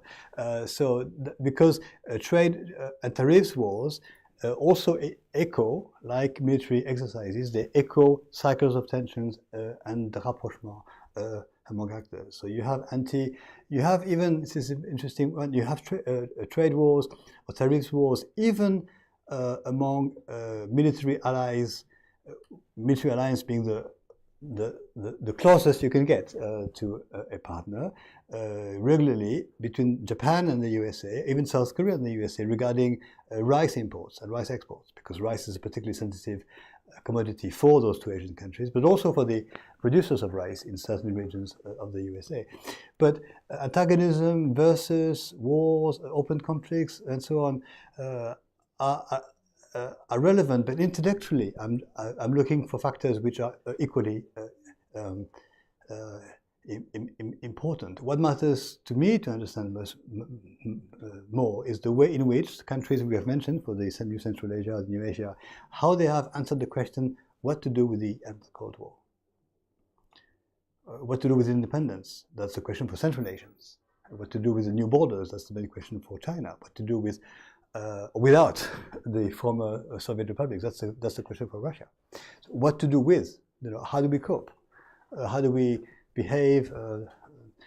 That's the most relevant question, because it is a much longer term question. What to do with independence is a question that is asked at independence for open times to come. Unless the hypothesis is that independence is going to be lost again, which exists. By the way, we had a very interesting presentation by a colleague from Kazakhstan, if you remember, in Almaty in September 2023, who talked about the issue of food production and the extent to which a country is or is not sufficient in producing food products for its own population. So the concept of food sovereignty, the same exists for the energy sovereignty. France discovered in the times of the COVID that we were no longer self-sufficient in terms of producing such as medicines and drugs. So we had lost in that sense medicinal sovereignty, which has been substantial. But so these issues are more important. Such an issue as how do you, and this is my analysis, at the same time for Central Asian countries, rediscover sovereignty, reinforce it, protect it, on occasions, hammer on the table that it exists and should be respected, and at the same time invent new forms of cooperation with former dominators or potential hyper-dominators, and so on. That's more interesting. How Europe continues to integrate without Britain is more interesting than to spend hours, rejoicing or despairing at Brexit. Thank you very much for your question. Sorry for pointing at you, sir, when in my improvised example. Hello, Professor. I have another comment to make, on the very model you made, this Sino-Russia axis, if there is any or not. I also try to build, first comment upon that, and then build a Sino-India axis if there is one. So particularly on Sino-Russia axis, if there is one, I believe yes, there it is, but it is one which is overhyped to a certain extent. By two reasons why it is overhyped. First is because calling it an axis would be a exaggeration, because China's behavior in past hasn't been one which is more inclined to being a strong alliance behavior. It is more towards China-centric, self-centered behavior, which doesn't show much of a strong alliance behavior kind of that. Second is that, more importantly, I would rather say, that Russian engagement with India and Vietnam, which both of them are not China's best of neighbors, I would say. So these two reasons I would like to think that there is a Sino-Russia axis, indeed there is, but it is certainly an overhyped one. Second is, on the same model which you made, this Sino-Russia axis, I tried to make if there is any Sino-India axis. Okay, let's take the first question first. The definition of the axis back on the screen, that's on the syllabus for today, towards the end of the paragraphs. Again, not only are we mentioning phenomena which are ideal types, they are trends, they are potential. Yeah, this is the one in red. So it's not just one word. I mean, it's a number of lines with reasoning and sort of arguments and factors. But we are looking at a trend of something which never existed before, which is a good relation between China and Russia, and which exists today, with the potential of being the axis around which a dynamic takes place, which we call the New Asia or the Shanghai Asia. This is a fact. The axis exists defined as a privileged form of relation, able to go over the open conflicts of the past and implicitly able to digest the present conflicts of today. That does not mean that the rivalry or the competition, even the hard talk in terms of leadership, stops.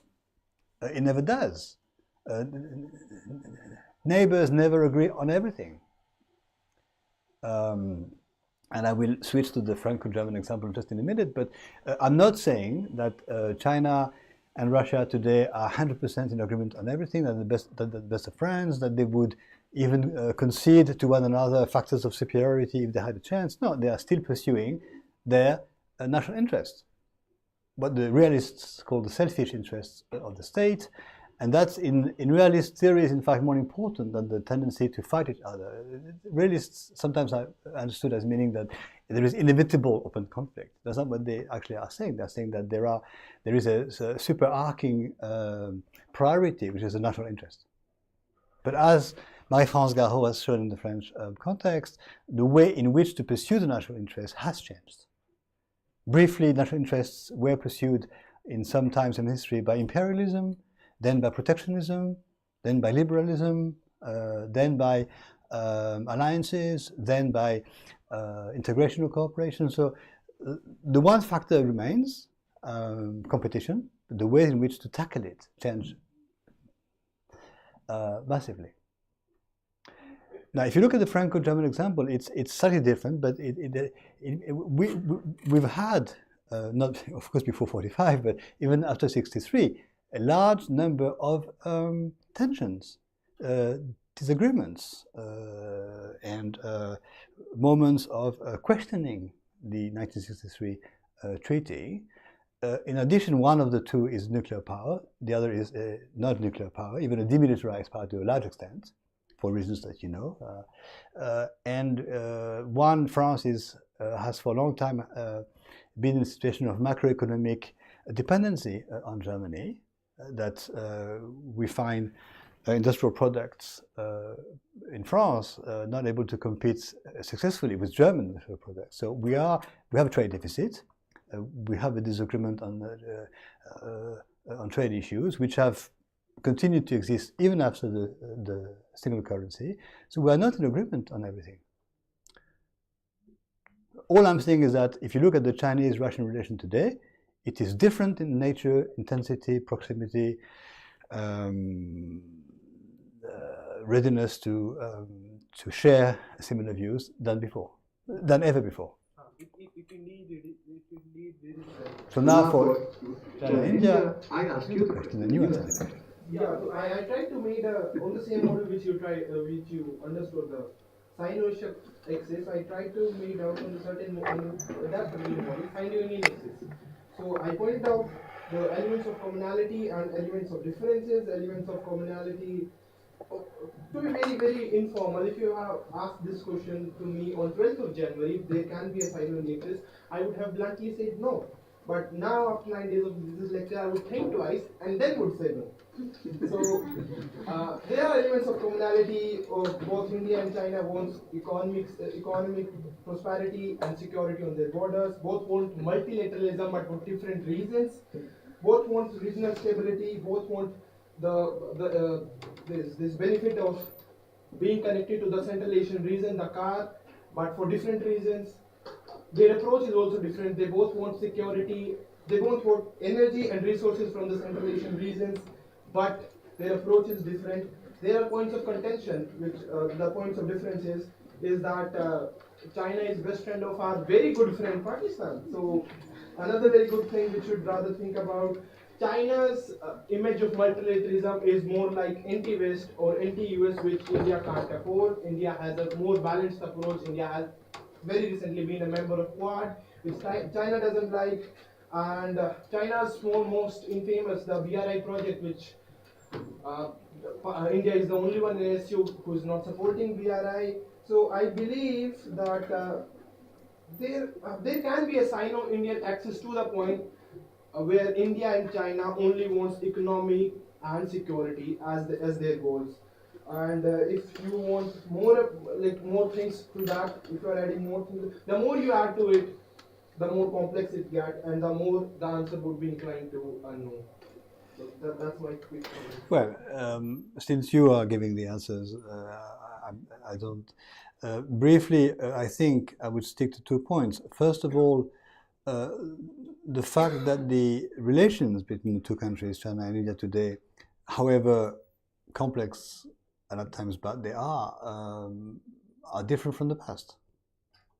Due to the fact that post-Cold War realism suggests to adapt to the new world, and to the extent that they share much or not much, directly or not directly, a common, not just interest, but a common reshuffling of the cards of world power vis-à-vis the rest of the world. There is an Asian interest vis-à-vis the rest of the world. Now, whether this Asian interest is an SCO dynamic or a BRICS dynamic or a global New South dynamic matters, but it's the same sort of movement. And my second answer would be that when I mentioned the two-country axis, implicitly, but let me make it explicit, I'm suggesting that it's perfectly compatible with this axis, that some other countries in the region feel closer to one of the two members of the axis, and others feel closer to the other member of the axis. In Europe, for example, classically the northern European countries are critical of the French attitude in many ways. They feel closer to Germany as being a more welcome partner, involved in economics, less in politics, involved in full employment if possible, or clean energy and things like this more than France. So the Scandinavian countries, for example, the northern European countries are much happier with Germany than they are with France. But within the European Union, they're happy that there is a stabilizing axis. The Mediterranean countries, or Latin countries, for reasons to do with our political culture, feel closer to France, perhaps. So we're not, the presence of France in that axis is not welcomed by every 26 members or 27 members of the Union. And precisely in this country, you have this situation which is more characteristic, I think, than in the case of the European construction, that you have this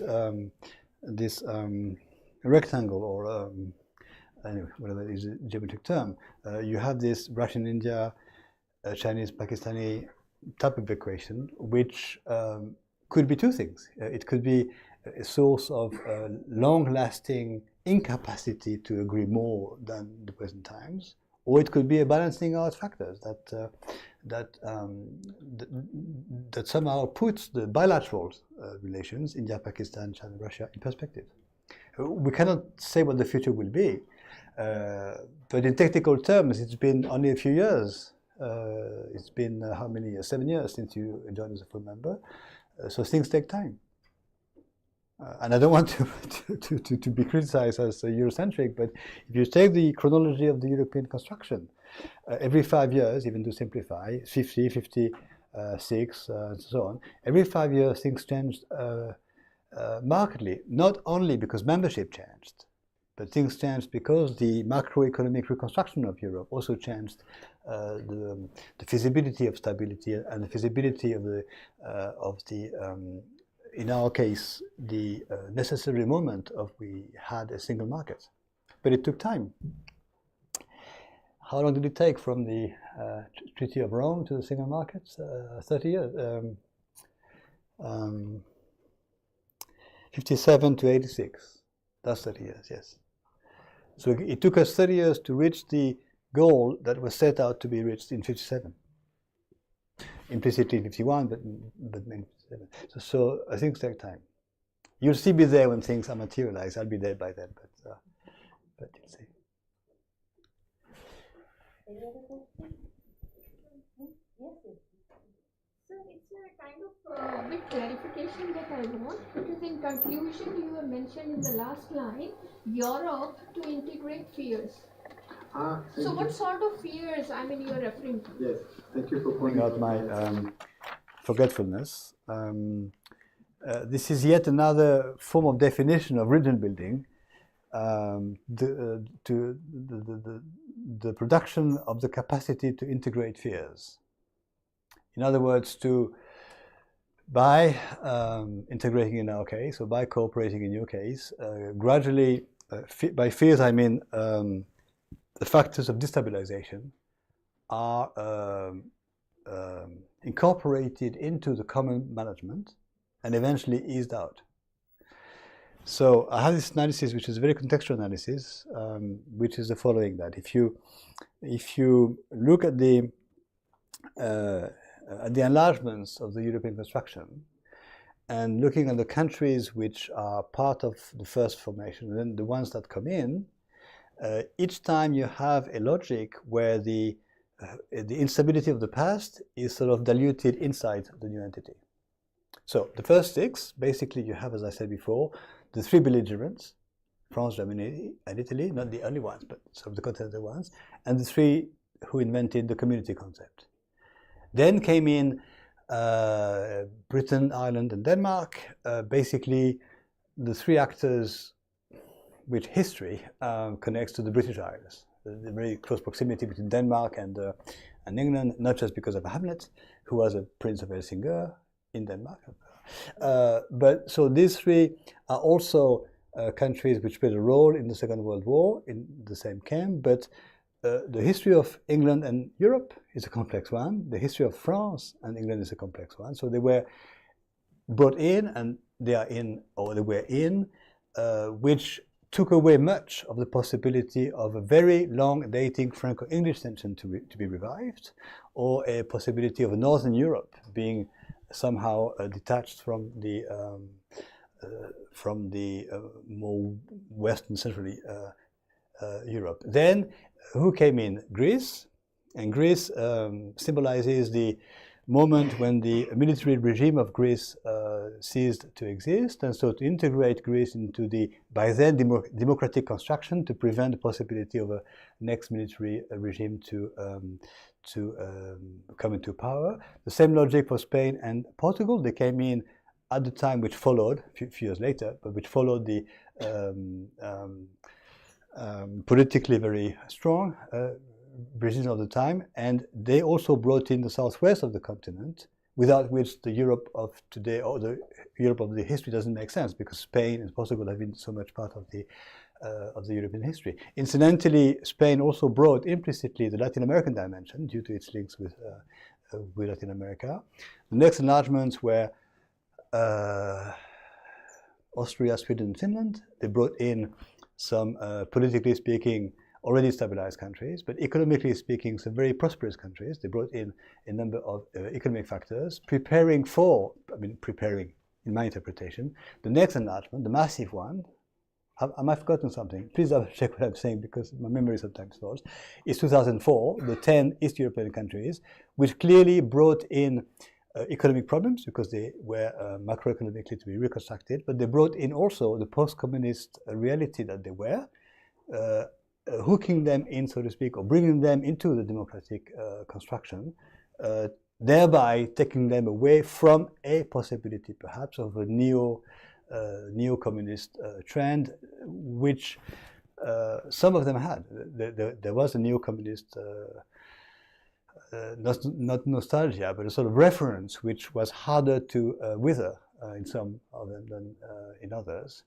And then eventually we had the Romanian and Bulgarian entries, which symbolized or materialized contiguity with Greece, as I've said before, but also the Black Sea geopolitical extension of the security of Europe. So my phrase is to say that the building of security, the building of a geopolitical capacity, which is the overarching logic of the European construction in my sense, beyond the macroeconomic factors, beyond the technicalities of European law and so on, was reached through this integration of fears. Fears is a catchy word, but the integration of factors of instability. And I claim that this logic could be applied for any other region in the world.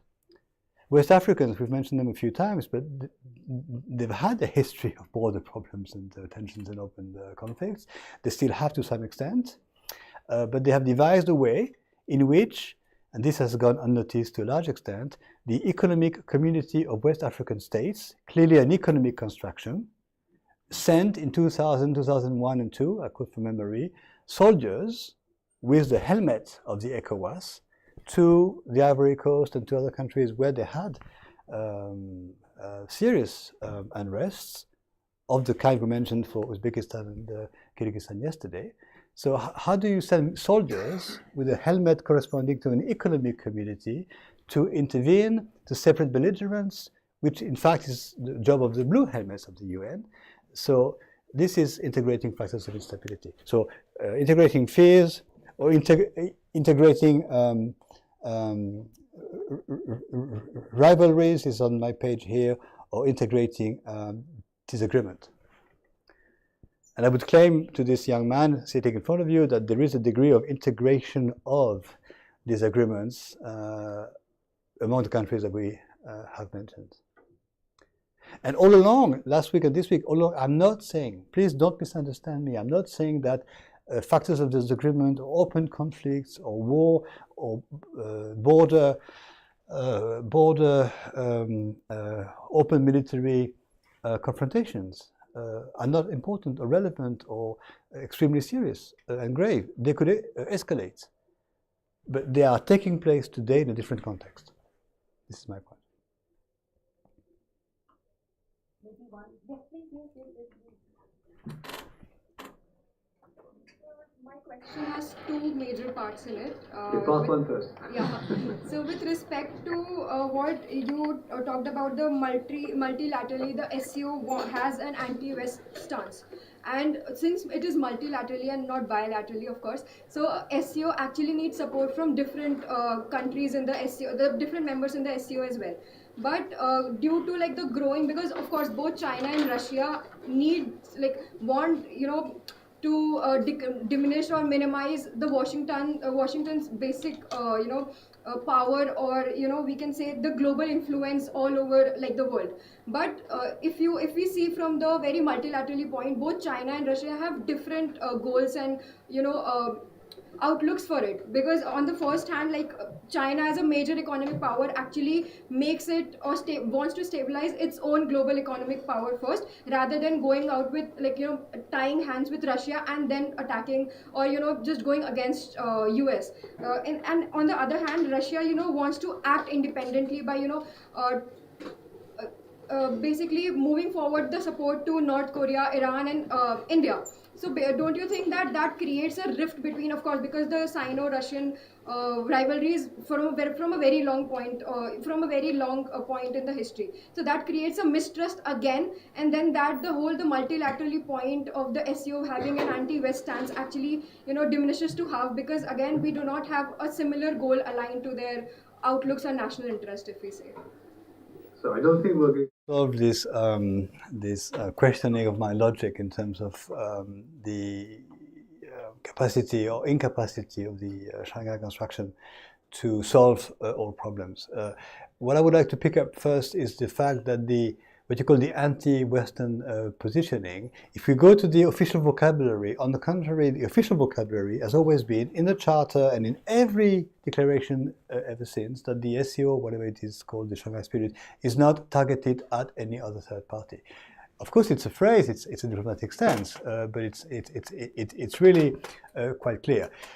From the other direction, so to speak, not diplomats or heads of state, but commentators, academics, and I'm a little annoyed by some of them, have spontaneously, in 2001 too, formed this vocabulary, the NATO of the East, the NATO, Asia, and so on and so forth, the antagonism vocabulary, which I find totally unnecessary. Because the history of the world is made up of tensions, wars, conquests, and dominations. So it's a constant. And like in mathematics or in physics, constants are in the equations, but they are not the changing factors. The changing factor is the affirmation of a region for itself and by itself in a specific context, which is the Cold War. The symbol of that is the chronology I mentioned on Monday, June and September. So if we date the intervention into Afghanistan of US or NATO or foreign forces, that's September, following the attacks on the USA on the 11th. The SCO is formed in June.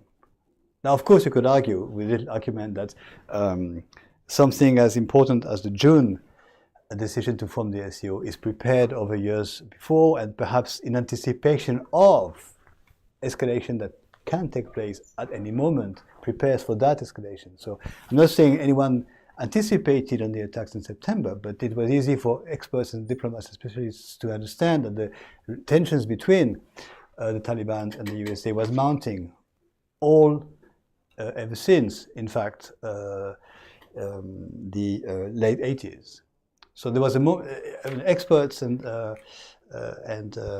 people on the ground could sense that tension was escalating between the regime in Afghanistan and the USA. Whether that would lead to attacks or not, this is another thing. But symbolically speaking, the SCO is June, and the intervention in Afghanistan that was to last 20 years is September. But that's a symbolic.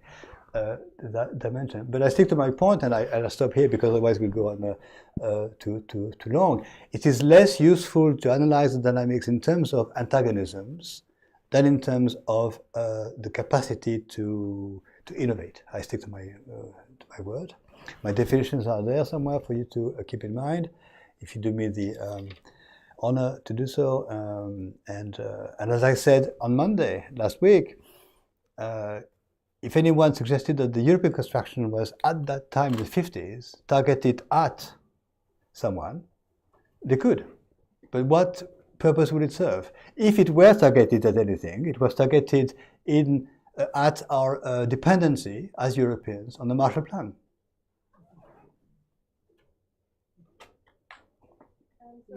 And the second question. Because China values its individual relationship with all Russia, Korea, and Iran to some point, but it is actually hesitant to form an axis over there because of the growing fear. Because if North Korea gets militarily powerful with the back-end support from Russia, that actually creates a big problem for China, because it can actually destabilize the East Asia point, which is very critical to China's security and trade. So if that problem actually escalates and then North Korea somehow becomes actually militarily powerful with the help of Russia, don't you think that that can create internal divisions between SCO? And then again, as the charter says, we cannot target any other state or any other organization. But then that creates the whole point of view where it can actually go and have the anti-US stance. Yeah, there are two ways to answer you. One is a sort of easy one, that the word axis was used before I used it in my meaning in a very different context, with an extra word, the axis of evil. And the axis of evil was precisely an American position regarding North Korea and Iraq and a third country, I forgot, perhaps Afghanistan or Taliban's, but that's what I have in mind. First of all, I'm not into value judgments. To call the proximity of countries an axis, yes, but to call it good or bad, or axis of evil or axis of good, is not. Secondly, again, what you're suggesting in terms of military proximity and military assistance and military equipment is both fundamentally relevant, but at the same time only one aspect of the picture. What is much more fundamental, for example, is the fact that in 92, the cooperation treaties between North Korea and China, on the one hand, and the friendship treaty between North Korea and the USSR were denounced and stopped to exist. Now, the USSR no longer existed, so technically it's more logical to suggest that a new country, Russia, does not reconduct the treaty, but China went on existing, so it was a decision to stop cooperation with North Korea, which in the treaties took the form of barter economics to a large extent, or barter trade. So commodities were exchanged, but not for currencies. And certainly the demand for currencies was put to North Korea, having to pay her imports from Russia and from China in hard currency, which North Korea couldn't do. That led to an existential threat to North Korean regime, 91-92, and that led immediately to a nuclear program which I interpret in geopolitical terms as a survival kit. Immediately, 93-94, the threat and the actuation of North Korea withdrawing from the Treaty of Non-Proliferation, which was interpreted in 93-94 as a likelihood of North Korea having a nuclear program, which was not then at the time a reality.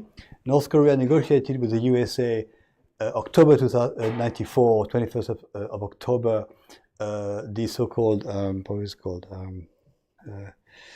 agreement, whatever, I forgot the name, gaining time with the 1994 treaty providing for a KEDO, Korean Energy Peninsula Energy Development Organization, designed to build nuclear reactors in North Korea to provide the country with energy.